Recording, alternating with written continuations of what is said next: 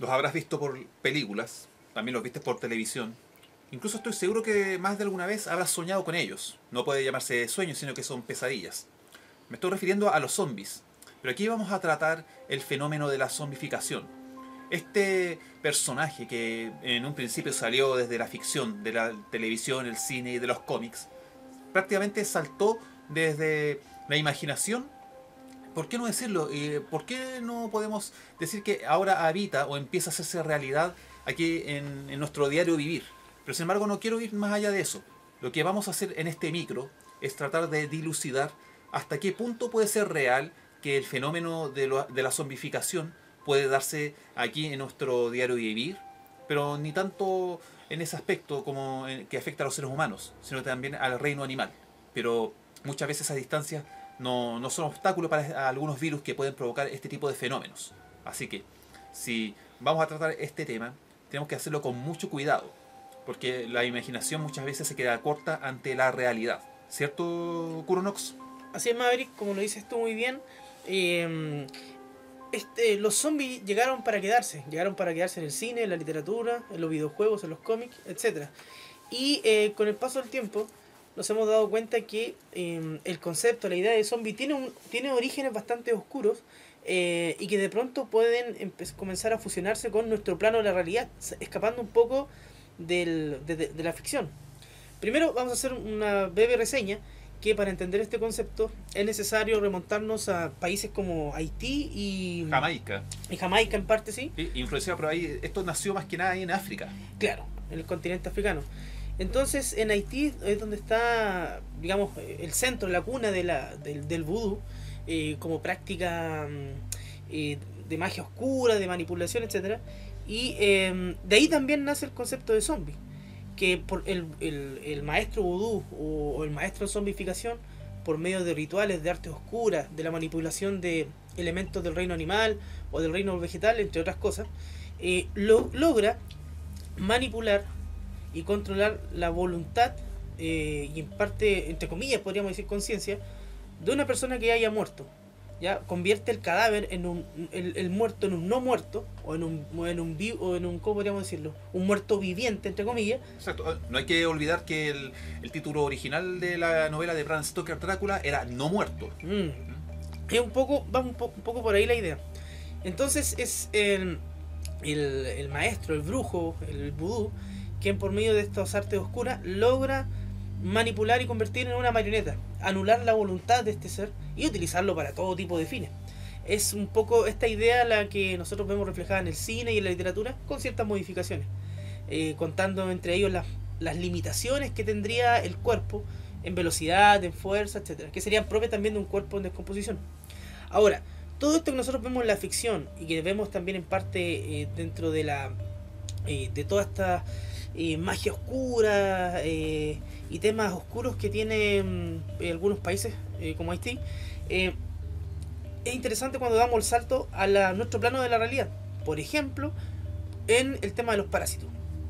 Existen ciertos parásitos en el reino animal que logran no manipular la conciencia, pero sí logran manipular la actividad, los movimientos de animales e insectos. Por ejemplo, léelo tú, Maverick. Ahí dice Leucochloridium. El Leucochloridium es un parásito que, entre otros insectos, ataca particularmente a los caracoles.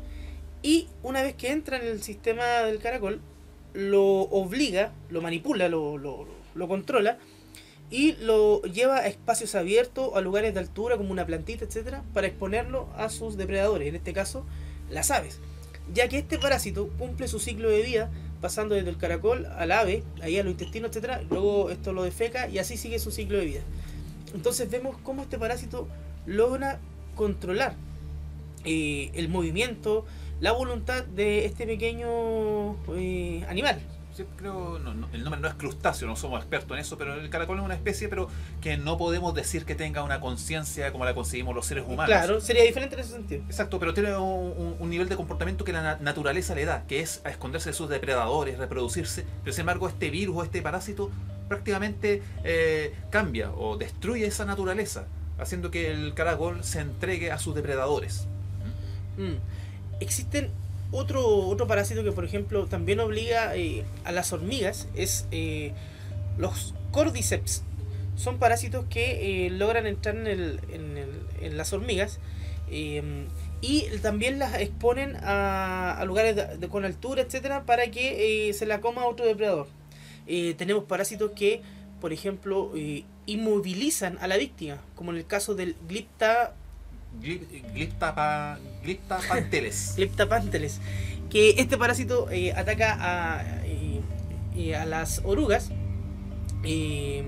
por medio de la, no sé cómo decirlo, inyección de la avispa, que la avispa lo contiene, y la oruga queda quieta con los huevecillos de avispa encima, sin moverse. Es Así como es. cuidándolos y en parte también alimentándolos posteriormente. Exacto. Y, o sea que las mismas orugas, estas larvas, se van alimentando de la propia oruga. Y digamos que la oruga puede cometer, y aquí se van a reír muchos, una especie de autosuicidio contra su propia voluntad. Claro. Bueno, todo esto haciendo paréntesis, eso es sobre el programa anterior.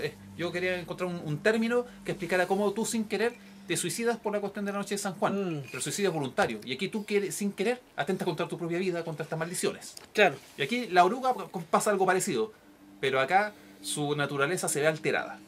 Ahora, lo interesante de esto es que la ciencia está estudiando todos estos parásitos y también algunos virus, buscando, yo creo siempre con un fin no necesariamente positivo, el control y manipulación de estas entidades para poder, por ejemplo, aplicarlo como un arma de guerra. Imagínate poder controlar un parásito, introducirlo, no necesariamente en los cuerpos muertos, sino que en los entes vivos, en los seres humanos vivos, y controlar, por ejemplo, los soldados enemigos. Sí, no, eso, fijo que ya tienen que haberlo intentado en el pasado hace mucho tiempo. Por lo menos durante la Segunda Guerra Mundial, yo estoy seguro que estaba la idea, pero no estaba la tecnología ni los medios para poder llevarlo a cabo. Claro, ahora tal vez la manipulación son cosas simples, rudimentarias, no actos tan complejos. Pero por ejemplo, imagínate que se lograra controlar un parásito que llevara al huésped a suicidarse. O sea, imagínate, logramos introducir este parásito en el agua del enemigo o en la comida, los enemigos comen esto y se suicidan, se lanzan de algún lado como una película que lo muestra esto, o se disparan, etcétera, o qué sé yo, se cortan el cuello, lo que sea, o se arrojan frente a un tanque o se tiran por un precipicio, etcétera. Eso tienen que haberlo probado hace mucho tiempo con el control mental. Pero sin embargo se dieron cuenta de que no el gasto de recursos para eso tuvo que haber sido muy largo, un proceso demasiado costoso. Y era más fácil probar con virus o con parásitos, así como lo que estamos viendo ahora. Claro, eso es lo interesante que con este ejemplo de estos parásitos vemos cómo este hecho de ficción comienza a traspasar las barreras de la literatura, del cine o del cómic o de los videojuegos como en Resident Evil y comienza a verse en nuestro plano de la realidad. Otro ejemplo claro, o importante mejor dicho, es lo que pasa con las drogas. Por ejemplo, tenemos una droga, el crocodile, la droga caníbal o la droga cocodrilo. ¿Qué produce esta droga? Produce muerte en el tejido celular y vemos cómo las personas empiezan, literalmente se les cae la carne a pedazos, se les descompone hasta el punto de llegar a ver los huesos, ¿ya? Y dan la apariencia, en muchos casos, de ser un zombie, el típico zombie de las películas o de los videojuegos, ya que por ejemplo le falta toda la piel y el músculo de una pierna hasta el punto de se le ve el hueso en la cara, etcétera. Si quieren pueden buscar imágenes, son muy fuertes. Exacto, eso depende de qué parte del cuerpo se inyectan esta droga la víctima o paciente. Claro, y aquí es donde viene el tema interesante. Existe otra droga que produce una alteración en la percepción de la realidad de quien la ingiere, que lo lleva a estados de locura, donde tiene arranques de furia, e incluso fue denominada en cierto momento la droga caníbal, ya que lleva al usuario en algunos casos, a morder, a atacar a otras personas. Pero no atacarlo a golpes, sino que a morderlo, a comerlo. ¿No es lo mismo que tiene el jugador uruguayo Suárez? No creo. No va por ahí. No, pero yo supe de un caso hace unos años en Brasil que pasó algo, una mujer o un hombre que consumió esta droga y terminó devorando a su propio hijo. La mujer, sí, terminó devorando a su propio hijo. También está el caso en Norteamérica de un tipo que le comió el rostro a un vagabundo. Entonces, hagamos lo siguiente. Tomemos crocodile, la droga que produce muerte en el tejido celular, en los músculos, etcétera, que llega al punto de verse los huesos, es decir, básicamente te da la apariencia de un zombie. Y sumémoslo además la droga zombie, ¿y qué tenemos? Tenemos un tipo que ataca con extrema violencia a otro, que literalmente come su carne y más encima tiene la apariencia de un zombie. Y eso, estas son drogas, entre comillas, comunes, que cada vez se están expandiendo más, como el crocodile, que en un principio se veía en Rusia, etcétera, ahora está llegando a otras partes del mundo. O sea que con esto nos damos cuenta que esta idea del zombie no está tan lejana, no se queda solamente en el plano de la ficción, sino que en cierto sentido puede llegar a nuestro plano, a nuestra realidad, como una posible arma de guerra que puede estar investigándose, Sí. un arma bacteriológica, etcétera, como posibles drogas del futuro y drogas que estamos viendo ahora, y también como la manipulación de parásitos que de pronto pasen del reino animal a nuestro, o sea, perdón, que pasen de los insectos, los animales a nosotros. Así, o ya tiene, yo creo que ese es el mejor vector a través del cual se puede lograr infectar a los seres humanos. Yo creo que, bueno, uno podría pensar que es más fácil hacerlo por el agua, por ciertos alimentos o por el aire. Mm. ¿Mm?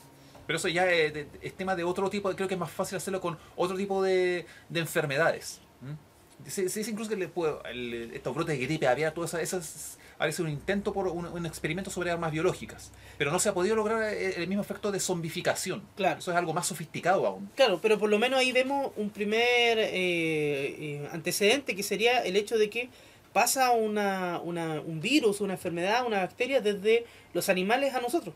Que en un principio tal vez todo solamente afectaba a los animales, pero ahora está afectando también seres humanos. Es como el primer paso. Ah, sí, ¿no? ¿Y te acuerdas el mal de las vacas locas? En las vacas locas, ese por era, ejemplo. por siempre era una bacteria que podría el cerebro, convertía el cerebro humano en queso.